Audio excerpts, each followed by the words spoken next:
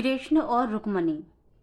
विदर्भ देश के राजा भीष्मक के 5 पुत्र और एक पुत्री थी। पुत्री का नाम रुक्मणी था, जो समकालीन राजकुमारियों में सर्वाधिक सुंदर और सुशील थी। उससे विवाह करने के लिए अनेक राजा और राजकुमार आए। दिन विदर्भ देश की राजधानी की यात्रा करते रहते थे। उन दिनों कृष्ण के रूप, सौंदर्य, गुणों और पराक्रम की गाथाएं समस्त भारत खंड में गूंज रही थीं। राजकुमारी रुक्मणी अपनी किशोरावस्था से ही कृष्ण के संबंध में सुनती चली आई थी, इसीलिए उनके मन में कृष्ण के लिए एक विशिष्ट स्थान बन गया था। फिर जब वह युवती बन गई तो उसने अनुभव किया कि तीनों लोक में कृष्ण से सर्वश्रेष्ठ वर उनके लिए कोई नहीं हो सकता। इसीलिए उसने मन ही मन कृष्ण को अपना पति मान लिया। रुक्मणी के पिता और माता भी चाहते थे कि उनकी पुत्री का विवाह कृष्ण के साथ हो, लेकिन रुक्मणी के बड़े भाई रुक्मी की मित्रता शिशुपाल और जधर्व जैसे उन राजाओं के साथ थी जो कृष्ण को अपना सबसे बड़ा शत्रु मानते थे। उन राजाओं को कृष्ण के हाथों कई बार पराजय का सामना करना पड़ा था, फिर भी उनकी शत्रुता की आग बुझ नहीं पाई थी। जब रुक्मी को यह पता चला कि उसकी बहन कृष्ण के साथ विवाह करना चाहती है और उसके माता पिता भी इससे सहमत हैं, तो उसने एक दिन राज्यसभा में घोषणा कर दी कि उसकी बहन रुक्मणी का विवाह चेदी देश के राजा शिशुपाल के साथ होगा। इस घोषणा के साथ ही उसने अपने पिता भीष्मक को धमकी दी डाली कि अगर उन्होंने उसकी घोषणा का विरोध किया तो वह उन्हें राज सिंहासन से हटाकर राज्य पर अधिकार कर लेगा और फिर जबरदस्ती रुक्मणी का विवाह शिशुपाल के साथ कर देगा। राजा भीष्मक को अपने राज्य जाने की तो उतनी चिंता नहीं थी जितनी चिंता अपनी प्रजा के कल्याण की थी। वह अच्छी तरह जानते थे कि रुक्मी के राजा बनते ही राज्य की वही हालत हो जाएगी जो शिशुपाल और बाणसुर जैसे अत्याचारी और निरंकुश राजाओं के राज्य की है। यह सब सोचकर उन्होंने रुक्मी की घोषणा का विरोध नहीं किया। रुक्मी ने उसी समय कुल पुरोहित से विवाह की तिथि निश्चित कराई और शिशुपाल के पास संदेश भिजवा दिया कि वह अपने मित्र राजाओं को बारात में लेकर आए और राजकुमारी रुक्मणी को विवाह कर ले जाए। जब रुक्मणी को अपने बड़े भाई की इस करतूत का पता चला तो वह बहुत दुखी हुई। उसने मन ही मन कृष्ण को अपना पति मान लिया था और यह आर्य कन्याओं के धर्म के विरुद्ध था कि जिसे वह पति के रूप में वर्ण कर ले, उसके होते हुए किसी दूसरे व्यक्ति को अपना पति बनाए। सोच विचार करने के बाद उसने अपने एक विश्वस्त ब्राह्मण को बुलाया और उससे कहा कि वह द्वारिका में कृष्ण के पास जाए और उन्हें यह संदेश दे दे कि रुक्मणी वर्षों पहले से उनका अपने पति के रूप में वर्ण कर चुकी हैं, लेकिन उसका बड़ा भाई रुक्मी बलपूर्वक उसका विवाह शिशुपाल के साथ कर देना चाहता है। इसीलिए कृष्ण आए और उसका हरण करके ले जाएं। यदि वह न आए तो वह अपने प्राणों का अंत कर देंगी। रुक्मणी का ये संदेश लेकर ब्राह्मण उसी समय द्वारका की ओर चल दिया और कुछ दिनों बाद द्वारिका में पहुंच गया। जब कृष्ण को उस ब्राह्मण द्वारा रुक्मणी का संदेश मिला तो कृष्ण ने उसे वचन दे दिया कि भले ही शिशुपाल, जरासंध आदि राजाओं की विशाल सेनाओं से उन्हें भीषण युद्ध क्यों न करना पड़े, वह उसे उन सबके बीच से उठा लाएंगे। कृष्ण ने उसी समय अपने सारथी को रथ तैयार करने की आज्ञा दे दी और ब्राह्मण को साथ लेकर कुंडी नगरपुर की ओर चल दिए। कृष्ण के जाते ही बलराम को उनके कुंडिनपुर जाने की सूचना मिल गई। उन्होंने यादवों की सेना के एक शक्तिशाली टुकड़ी को अपने साथ चलने को आदेश दिया और द्वारिका से इतनी तेजी से प्रस्थान किया कि वह भी सेना सहित कृष्ण के पीछे पीछे ही कुंडीपुर पहुंच गए। कृष्ण और बलराम के पहुंचने से पहले ही शिशुपाल अपने साथी राजाओं की विशाल सेनाओं के साथ कुंडिनपुर पहुंच चुका था। शिशुपाल के मित्र जरासंघ, सल्व, पौंडक, दंत, वकंभ और विदुररथ आदि अनेक राजाओं की कई अशोषणी सेना बारात में सम्मिलित थी। विवाह के दिन सुबह ही परंपरा के अनुसार रुक्मणी अपनी सहेलियों के साथ अन्य महिलाओं के साथ गौरी पूजन के लिए नगर से बाहर बनाए गए मंदिर में पूजा करने के लिए गई। रुक्मणी के संदेश वाहक ब्राह्मण द्वारा कृष्ण को इस बात का पता चल चुका था, इसीलिए वह रथ लेकर मंदिर के पीछे पहुंच गए। पूजा करने के बाद रुक्मणी जैसे ही मंदिर से निकली, कृष्ण ने उन्हें उठाकर अपने रथ में बिठा लिया। रुक्मणी के साथ आए सैनिक देखते ही रह गए। उसके बाद देखते हैं दोस्तों क्या हुआ। जब शिशुपाल और उसके साथी राजाओं को रुक्मणी हरण का समाचार मिला तो वे अपनी अपनी विशाल सेना लेकर कृष्ण को पकड़ने के लिए चल दिए। रुक्मणी का बड़ा भाई रुक्मी भी अपने चारों भाइयों और अपनी सेना के साथ कृष्ण के पीछे पीछे चल दिए। इसके बाद देखते हैं क्या होता है। क्या श्री कृष्ण रुक्मणी को लेके जा पाएंगे? आइए जानते हैं। नगर से कुछ दूर निकलते ही यादवों की सेना दिखाई देने लगी। अपने पीछे आती हुई सेनाओं को देखते ही बलराम ने अपनी सेना को आदेश दिया कि आक्रमणकारी सेनाओं को खड़े कर भगा दो। यादव सेना के सैनिकों ने पलटकर आक्रमणकारी सेनाओं की भीषण बाण वर्षा का उत्तर देना आरंभ कर दिया। देखते ही देखते भीषण संग्राम होने लगा। यदुवंशियों की थोड़ी सी सेना ने शिशुपाल, जरासंघ और उनके साथी राजाओं की विशाल सेनाओं पर इतनी भयंकर बाण वर्षा की कि वे सिर पर पांव रखकर भागने लगी। अपनी सेनाओं का संहार होते और उन्हें भागते देख शिशुपाल और उसके साथी राजाओं भी अपने प्राण बचाकर भाग गए। शिशुपाल और उनके साथी राजाओं की सेनाओं को पीठ दिखाकर भागते देख रुक्मी के क्रोध की कोई सीमा न रही। वह अकेला ही कृष्ण का पीछा करने लगा। कृष्ण रुक्मी से युद्ध करना नहीं चाहते थे, लेकिन जब रुक्मी ने अपशब्द कहते हुए उन पर आक्रमण कर दिया तो विवश होकर कृष्ण को शस्त्र उठाने पड़े। उन्होंने पलक झपकते ही रुक्मी के रथ के घोड़े और सारथी को मार डाला। रुक्मी भी उसके बाणों से घायल हो गया। कृष्ण ने तलवार संभाली और झपट कर रुक्मी को पकड़ लिया और उसी से उत्तराधि से उसके हाथ पैर बांधने के बाद उसके सिर तथा दाढ़ी मूछों के बाल जगह जगह से मुंडकर उसे कुरूप बना दिया।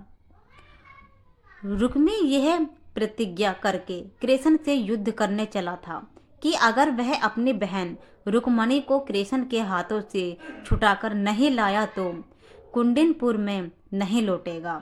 बलराम के कहने पर जब कृष्ण ने उसे छोड़ दिया तो वह अपने बचे कुचे सैनिकों को लेकर एक निर्जन प्रदेश में चला गया और वहीं नया नगर बसाकर रहने लगा। कृष्ण रुक्मणी को लेकर विजयी यादव सेना के साथ द्वारिकापुरी लौट आए, जहां विधि पूर्वक उनका विवाह रुक्मणी के साथ कर दिया गया। दोस्तों अब दूसरी कहानी स्टार्ट करते हैं। श्री कृष्ण दौड़े चले आए। अर्जुन ने अपने आप को श्री कृष्ण को समर्पित कर दिया था। अर्जुन हुआ भी नहीं था, इसीलिए कि उसने जो कुछ किया अर्जुन के रूप में नहीं, श्री कृष्ण के सेवक के रूप में किया। सेवक की चिंता स्वामी की चिंता बन जाती है। अर्जुन का युद्ध अपने ही पुत्र बेब्रुवाहन के साथ हो गया, जिसने अर्जुन का सिर धड़ से अलग कर दिया और कृष्ण दौड़े चले आए। उनके प्रिय सखा और भक्त के प्राण जो संकट में पड़ गए थे।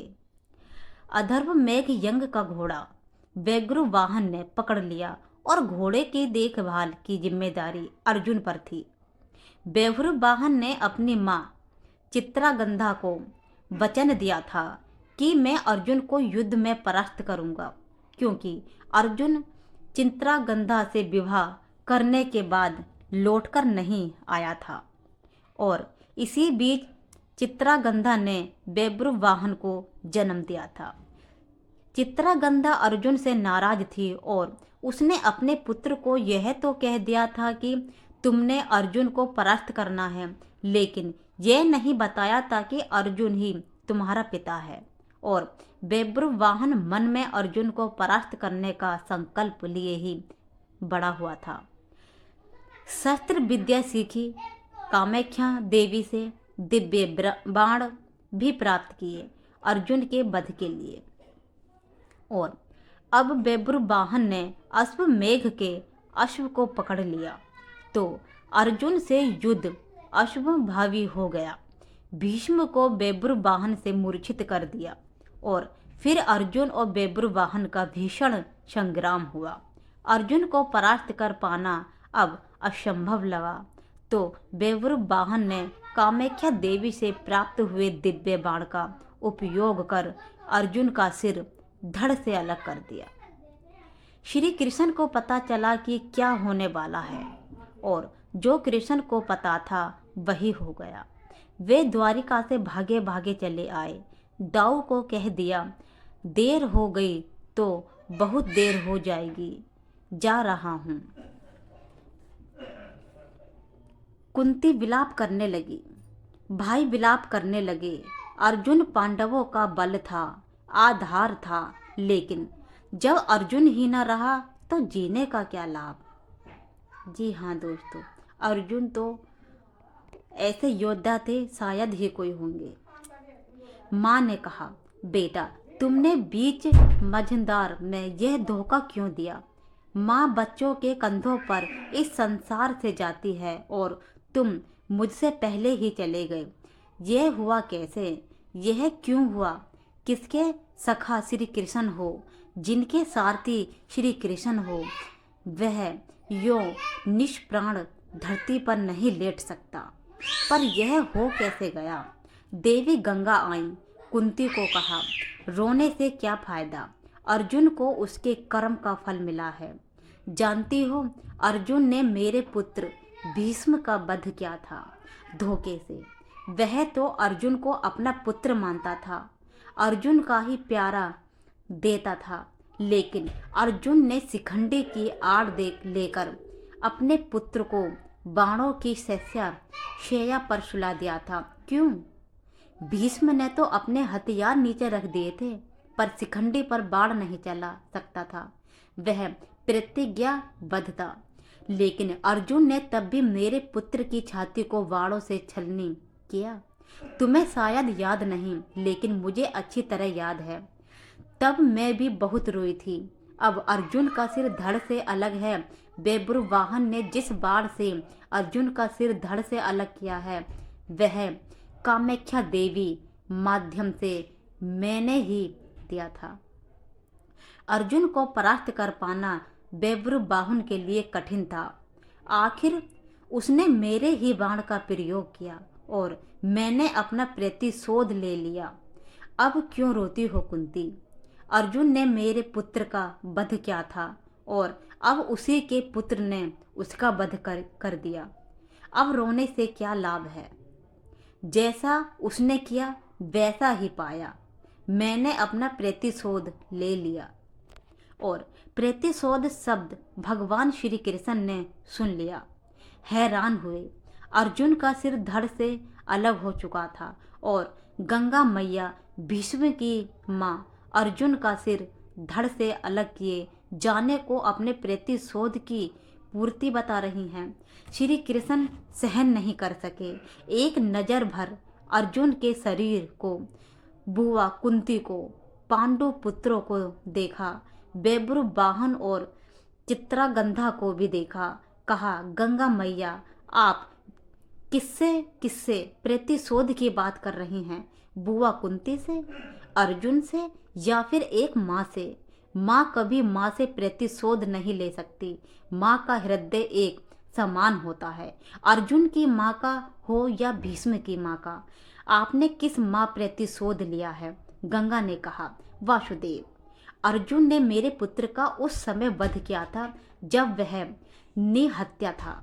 क्या यह उचित था? मैंने भी अर्जुन का वध करा दिया उसी के पुत्र से। क्या मैंने गलत किया? मेरा प्रतिशोध पूरा हुआ। यह एक माँ का प्रतिशोध है। श्री कृष्ण ने समझाया, अर्जुन ने किस परिस्थिति में भीष्म का वध किया था।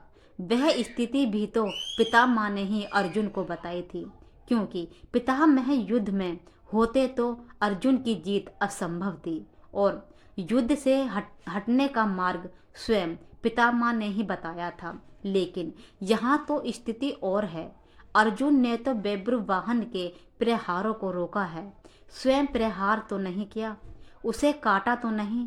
और यदि अर्जुन यह चाहता तो क्या ऐसा नहीं हो सकता था? अर्जुन ने तो आपका मान बढ़ाया है, कामाख्या देवी द्वारा दिए गए आपके ही बाण का प्रतिशोध लेकर। आपने पितामह का अपने पुत्र का भी भला नहीं किया। गंगा दुविधा में पड़ गई। श्री कृष्ण के तर्कों का उसके पास जवाब नहीं था। पूछा, क्या करना चाहिए? जो होना था सो तो हो गया, आप ही मार्ग सुझाएं। श्री कृष्ण ने कहा, आपकी प्रतिज्ञा पूरी हो चुकी है। उपाय तो क्या ही जा सकता है, कोई रास्ता तो होता ही है। जो प्रतिज्ञा आपने की वह पूरी हो गई। जो प्रतिज्ञा पूरी हो गई तो अब उसे वापस भी लिया जा सकता है। यदि आप चाहो तो क्या नहीं हो सकता, कोई रास्ता तो निकाला ही जा सकता है। गंगा की समझ में बात आ गई और माँ गंगा ने अर्जुन का सिर धड़ से जोड़ने का मार्ग सुझा दिया। ये कृष्ण के तर्कों का कमाल था, जिस पर श्री कृष्ण की कृपा हो, जिसने अपने आप को श्री कृष्ण को सौंप रखा हो, अपनी चिंता सौंप दी हो, अपना जीवन सौंप दिया हो, अपना सर्वस्व सौंप दिया हो, उसकी रक्षा के लिए श्री कृष्ण बिना बुलाए चले आते हैं।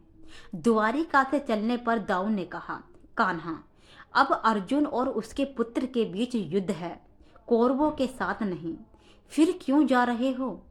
तो श्री कृष्ण ने कहा, दाऊ, अर्जुन को पता नहीं है कि वह जिससे युद्ध कर रहा है वह उसका पुत्र है, इसीलिए अनर्थ हो जाएगा और मैं अर्जुन को अकेला नहीं छोड़ सकता। भगवान और भक्त का नाता ही ऐसा है, दोनों में दूरी नहीं होती। और जब भक्त के प्राण संकट में हों तो भगवान चुप कैसे बैठ सकते हैं? अर्जुन का सारा भाव हो और श्री कृष्ण दूर रहें, यह तो हो ही नहीं सकता। याद रखें, जिसे श्री कृष्ण मारना चाहें कोई बचा नहीं सकता और जिसे वह बचाना चाहें उसे कोई मार नहीं सकता। अर्जुन और श्री कृष्ण ही एक नर और नारायण है। जय श्री कृष्णा। दोस्तों, अगर आपको हमारी वीडियो अच्छी लगी हो तो चैनल को लाइक शेयर जरूर करें और कमेंट में जय श्री कृष्णा जरूर लिखें।